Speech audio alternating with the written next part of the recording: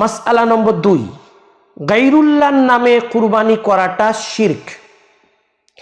তার মানে যদি আল্লাহ ছাড়া অন্য কারো জন্য, যেমন কোনো পীর ওলির জন্য কিংবা কোনো আস্তানায় পশু কুরবানি করে কিংবা পশু জবাই করে, তাহলে সেটা হবে প্রকাশ্য শিরক।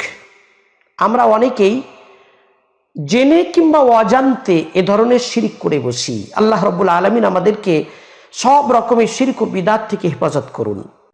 মাসআলা নম্বর 3, কুরবানির পশু কিংবা পশুর মূল্য সদকা করলে ওয়াজিব কুরবানি আদায় হবে না। কোনো সামর্থ্যবান ব্যক্তি যদি মনে করে অমুক বন্যা প্লাবিত জায়গার মানুষদের খুব অভাব, তারা খুব মুসিবতে আছে, সুতরাং এবছর আমি কুরবানি না করে কুরবানির পশুর মূল্য তাদেরকে সদকা করে দিচ্ছি।